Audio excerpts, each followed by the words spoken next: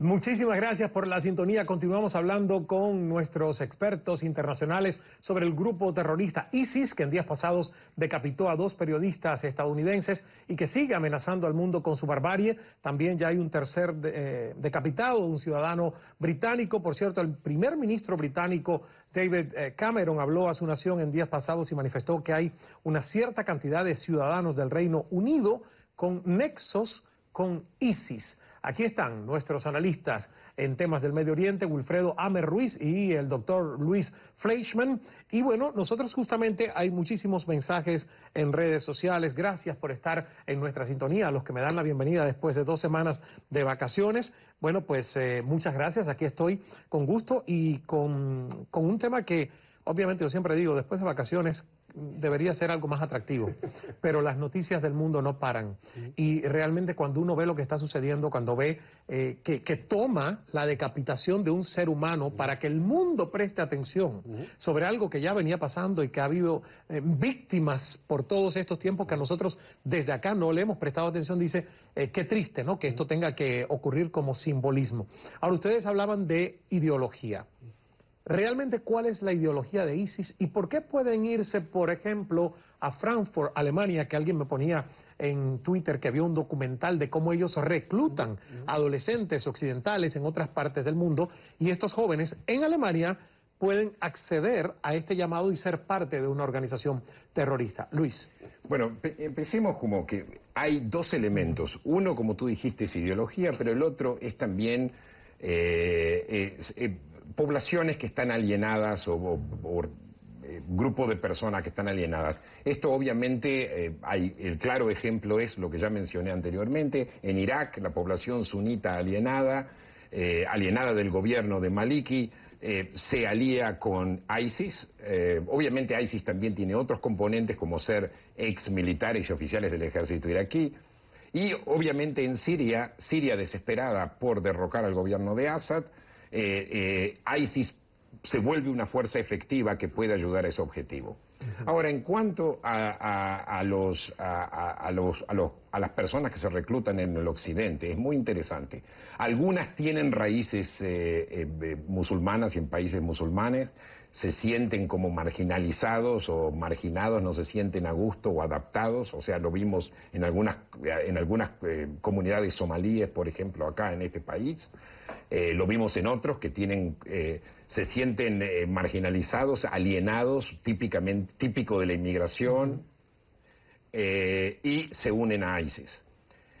Otros pueden ser un simple sentimiento de marginalización, y estoy seguro que ahí hay también gente que, por ejemplo, no tiene ningún fondo musulmán, o sea, no tiene no tienen una historia, digamos, de venir de familias musulmanas, que también se unen a esta pelea simplemente también o por alienación o buscando algún tipo de aventura.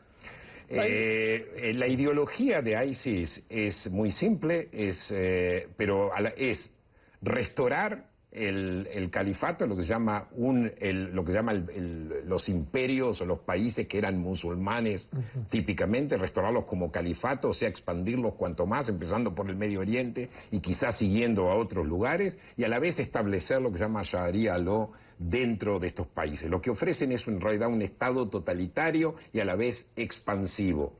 Una especie de nueva Unión Soviética, pero islamista, no comunista. O sea, y hay otro método, y particularmente esto lo estamos viendo en los territorios que ISIS va ocupando, que es lo que yo llamo metodología hitlerista. O sea, entran sembrando el terror, si hay un mínimo de resistencia, recurren a la ejecución en masa para intimidar a las poblaciones y hacerlas parte de ellos.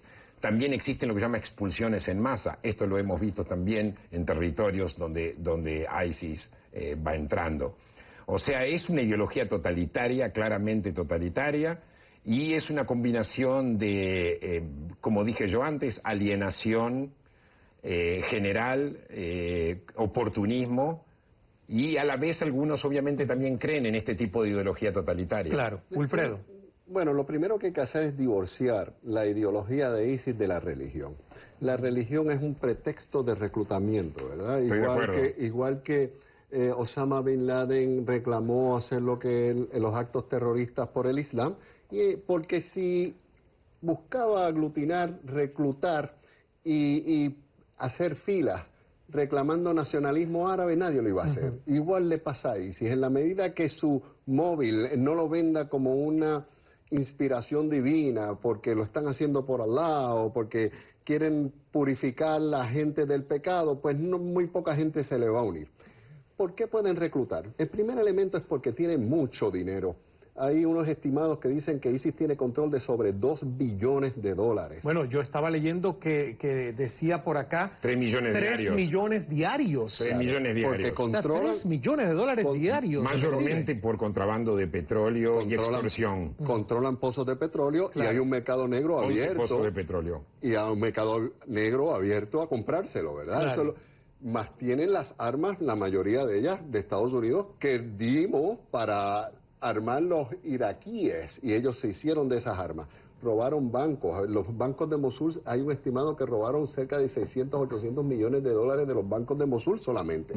Y como tú tienes esa cantidad de dinero, tienes una tierra fértil para vender y hacer propaganda, porque es una tierra asediada por la guerra, donde ya te han matado 200.000 personas, han desplazado en 3 millones, una sociedad iraquí que también le sirve de tierra fértil para reclutamiento, porque la minoría suní, una vez nosotros nos fuimos, la ocupación militar norteamericana salió de Irak, vino a gobernar los shia, y fue una facción que no quiso darle participación a ninguna otra minoría religiosa. Alineó a esos sunitas, y así que es tierra fértil en Irak también para decir qué futuro tenemos nosotros si no tenemos participación en el gobierno, en la salud, en la educación, en la academia, y mucho menos en las ramas militares o de fuerzas de seguridad. Y arrinconaron, por un lado, la población siria asediada con muerte, destrucción, y como por el criminal de guerra de Bashar al-Assad, y por otro lado unas minorías significativas iraquíes que están alineadas sin participación. De donde reclutan en Europa y en Estados Unidos, como bien dijo Luis, hay minorías alineadas, igual que a nosotros los hispanos, los que están desempleados alineados nos reclutan las gangas o para hacer fechoría, claro, o actor, pues igual ellos van a esas comunidades de musulmanes con alto grado de pobreza, con poca integración cívica a nuestro sistema político o social, y esas son tierras fértiles para reclutarse en Europa, o sea, aquí mismo en Estados Unidos. Pero hay algo interesante, y es que yo quiero hablar de las mujeres de ISIS. El Consorcio de Análisis e Investigación del Terrorismo, TRAC, por sus siglas en inglés, calcula que al menos el 15% de los reclutas extranjeros de ISIS son mujeres. Y esto es de verdad interesante, o sea, posiblemente haya hasta 200 mujeres de al menos 14 países distintos. Entonces, la pregunta sería, ¿cuál es el papel de la mujer en este grupo terrorista? En febrero ISIS formó Al-Qanza, no sé, ustedes me corregirán la pronunciación, un batallón femenino con alrededor de 60 miembros. Se cree que todas ellas son menores de 25 años. Ahora ellas tienen su propio canal con videos de propaganda donde promocionan su trabajo en YouTube. Entonces, ¿qué es lo que intenta ISIS lograr? Y sobre todo, las mujeres, ¿cuál es el atractivo de las mujeres dentro de esta organización? Diversificar su fuerza, tener árabes del Medio Oriente, de Siria y de Irak, tener musulmanes del resto del mundo, las mujeres con roles prominentes, porque ISIS, de donde opera, por ejemplo, en Raqqa, eso es una ciudad, Ismael, de 500.000 de habitantes. En esa ciudad donde ya están operando, y es su centro de control desde hace más de año y medio, todo funciona. Todos los comercios están abiertos, todas las escuelas, los hospitales, la judicatura, los tribunales, las oficinas gubernamentales. Es una ciudad de 500.000 de personas en pleno funcionamiento. Y entonces, por eso es que es tan difícil ir y eliminarlos, porque ¿qué uno va a hacer? Bombardear una ciudad de 500.000 de personas donde es un centro de operación, y todo eso y los 500.000 de civiles que están alrededor de ellos. Por eso es que ISIS es una fuerza que a lo sumo podremos controlar o contener, pero yo dudo que con la voluntad y el desgaste que ha habido de la fuerza de la intervención occidental, que ya la gente está hastiada de guerras en el Medio Oriente porque se pelearon guerras innecesarias, pues ya cuando en realidad es necesario, ya todo el mundo está desgastado y no está dispuesto a poner las vidas de nuestros norteamericanos en sacrificio, porque ya fuimos a pelear guerras innecesarias en Irak y en Afganistán. Bueno, no tenemos que hacer un punto final porque de esto vamos a seguir hablando, de seguro, pero doctor Fleischman, unas reflexiones finales antes de cerrar el tema por esta ocasión. Bueno, nunca se te contestó la pregunta sobre las mujeres. Sí. Yo supongo que el tema de las mujeres tiene que ver también con, de alguna forma, enviar el mensaje de que, bueno, nosotros no somos antimujer. De alguna forma darle un rol a la mujer, simplemente porque que las entrenan también para pelear. Y las entrenan también para pelear. O sea, es de alguna forma darle el rol a la mujer dentro de una sociedad que teóricamente, digamos, tiende a sacarle poder a la mujer. Claro. Ahora, en reflexiones finales sobre todo esto, esta es una guerra necesaria, pero a la vez no se puede terminar solamente con ISIS. Yo pienso que la primavera árabe es algo positivo. Yo lo comparo con los movimientos del año 1848 en Europa, lo comparo con la primavera de Praga, lo comparo con todos los movimientos sociales que hubo en Europa Oriental. Ninguno de todos estos elementos terminaron en una democracia inmediata. Pero en mi opinión, aquellos que son cínicos con respecto al mundo árabe, que no creen que del mundo árabe puede salir una democracia, pensemos y miremos América Latina. En América Latina todavía estamos luchando por una democracia. En Europa del Este todavía las democracias no son muy robustas. Pero una democracia mala es mejor que no democracia. Y yo pienso que hay que cultivar los elementos democráticos en todo el mundo árabe. Y tenemos que tener una estrategia en el Occidente de apoyar a la sociedad civil, de apoyar las libertades individuales, porque los árabes, como cualquier otro habitante del mundo, para ellos también la libertad es un valor universal. No es que existe para ciertas personas y para otras personas no. Pero lamentablemente en Occidente... Punto y seguido, porque me tengo que ir a publicidad. Lamentablemente en Occidente seguimos apoyando las dictaduras árabes.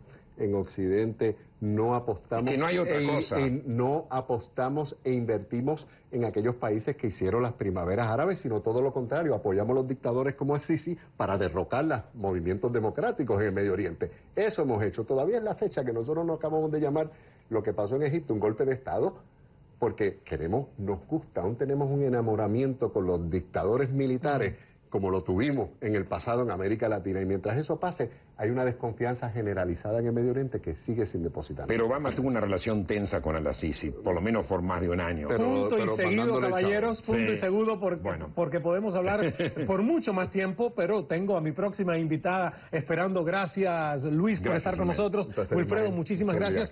El tema de ISIS, Irak y Siria y la alianza de Estados Unidos con Occidente para combatirlo va a dar mucho de qué hablar en los próximos días y meses. Regresamos enseguida con María Claudia Lacouture, presidenta de ProExport Colombia, empresa encargada de promocionar el turismo internacional de ese bello país. Ya volvemos.